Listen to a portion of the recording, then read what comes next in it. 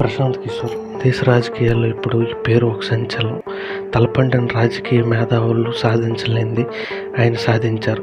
ఒక్కసారి ఆయన స్ట్రాటజీతో ఒక నాయకుడికి సపోర్ట్ చేస్తే ఖచ్చితంగా ఆ నాయకుడు గెలిచి తీరాల్సిందే అనేటువంటి స్థాయికి ఆయన చేరుకున్నారు. ఆయన స్ట్రాటజీ ఎలక్షన్స్లో ఏ విధంగా ఉంటుందో ఎవరికీ తెలియదు. ఆయన ఒక్కసారి తలకు పదును పెడితే అక్కడ ఆయన సపోర్ట్ చేసిన క్యాండిడేట్ గెలిచి తీరాల్సిందే. ఎటువంటి రాజకీయ కుటుంబ నేపథ్యం లేని అతను దేశ రాజకీయాలను తన స్ట్రాటజీస్తో మారుస్తున్నారంటే ఆయన స్ట్రాటజీస్ గురించి తెలుసుకుందాం. ఆయన స్ట్రాటజీస్ మీద ఎంత నమ్మకం ఉందంటే గత ఏడాది డిసెంబర్ 21న ఆయన ఒక ట్వీట్ చేశారు. వెస్ట్ బెంగాల్లో బీజేపీ కానీ 2 అంకెల సీట్లు దాటగలిగితే తను చెప్పింది నిజం కాకపోతే ట్విట్టర్ నుండి వైదొలుగుతానని చెప్పారు.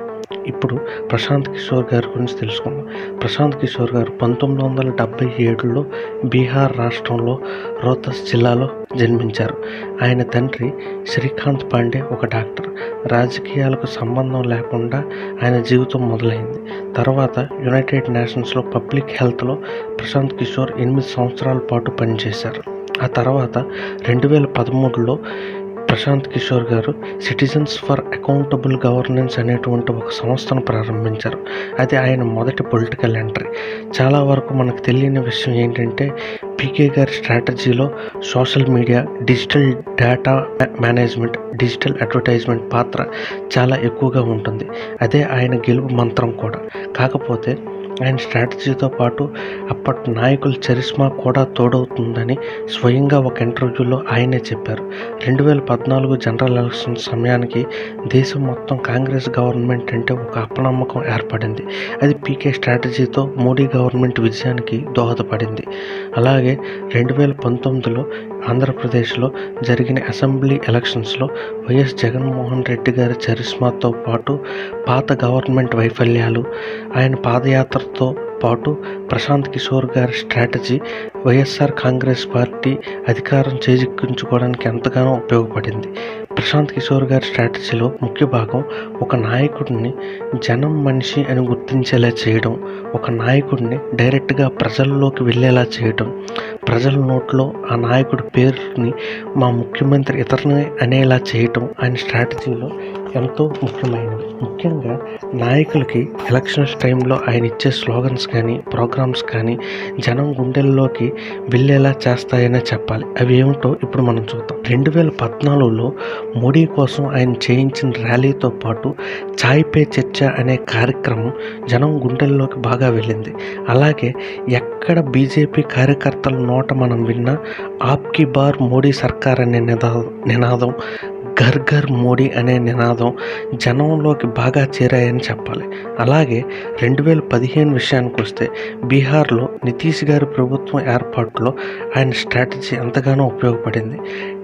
నితీష్కి నిశ్చయ్, వికాస్కి గ్యారంటీ అనే స్లోగన్, 7 పాయింట్ ఎజెండా అనే సామాజిక కార్యక్రమాలు, ఇలాంటి స్లోగన్స్తో బాగా పనిచేసి 2015లో నితీష్ కుమార్ గారి ప్రభుత్వం ఏర్పడడానికి ఆయన స్ట్రాటజీ ఎంతగానో ఉపయోగపడింది.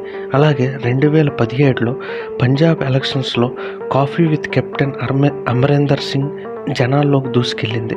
ఆయన్ను సీఎం పీఠం కట్టబెట్టింది. ఇక 2019లో ఆంధ్రప్రదేశ్ విషయానికి వస్తే వైఎస్ఆర్సీపీ గెలుపు వెనుక జగన్మోహన్ రెడ్డి గారి చరిస్మా ఎంత ఉందో పీకే స్ట్రాటజీ కూడా అంతే ఉందని చెప్పుకోవాలి. ప్రజా సంకల్ప యాత్ర ప్రజలకు ఒక నాయకుడు ఎంత దగ్గర చేస్తుందో నిరూపించింది. అలాగే అన్న పిలుపు, అన్న వస్తున్నాడు అనేది బాగా జనంలోకి వెళ్ళాయి. ఇక రావాలి జగన్, కావాలి జగన్ అనే పదం అయితే ఒక సెన్సేషన్ క్రియేట్ చేసిందనే చెప్పాలి.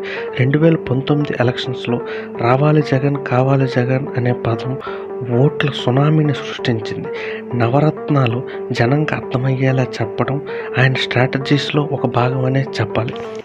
ఈ విధంగా ఆయన 2021లో వెస్ట్ బెంగాల్, తమిళనాడు ఎలక్షన్స్లో కూడా ఆయన మార్క్ని చూపించారు. వెస్ట్ బెంగాల్లో మమతా బెనర్జీ గారికి, అలాగే తమిళనాడులో డిఎంకే స్టాలిన్ గారికి వారి ప్రభుత్వాలు ఏర్పడటంలో ప్రశాంత్ కిషోర్ గారి స్ట్రాటజీ ఎంతగానో ఉంది. దీదీకే బోలో అనే నినాదం వెస్ట్ బెంగాల్ అంతా చుట్టేసింది. అలాగే బీజేపీ అగ్రనాయకులు ఎన్ని ఎత్తుగడలు వేసినా పీకే స్ట్రాటజీ ముందు వెస్ట్ బెంగాల్లో అది పనికిరాలేదు అనే చెప్పాలి. అదేవిధంగా ఈ గెలుపులు మనం చూస్తే మనకు ఆయన స్ట్రాటజీలో అర్థమయ్యేది ఒకటే, నాయకుడిని సాధారణ మనిషిలా ప్రజలకు దగ్గర చేయడం మరియు సాధారణ పేదవారికి దగ్గరయ్యే స్ట్రాటజీలో భాగంగా చాయ్ పే చర్చ, కాఫీ విత్ కెప్టెన్ అని ప్రజలకు దగ్గర కావటం ముఖ్యమైనవి.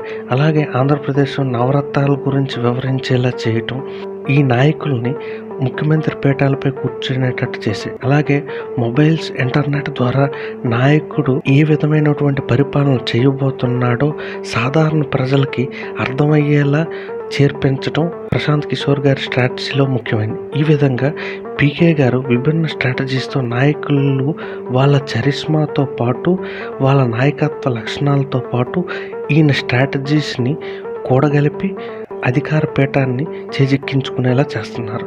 అదేవిధంగా లేటెస్ట్గా వచ్చిన న్యూస్లో 2021 మే 2న ఆయన ఎన్డీటీవీకి ఇచ్చిన ఇంటర్వ్యూల్లో ఇక నుంచి తను ఎలక్షన్ స్ట్రాటజీస్ చేయనని, ఎలక్షన్ క్యాంపెయినింగ్ కూడా చేయనని ఖరాఖండిగా చెప్పారు. ఆయన ఫ్యూచర్ కార్యాచరణ ఏ విధంగా ఉంటుందో మనం చూడాలి. Thank you.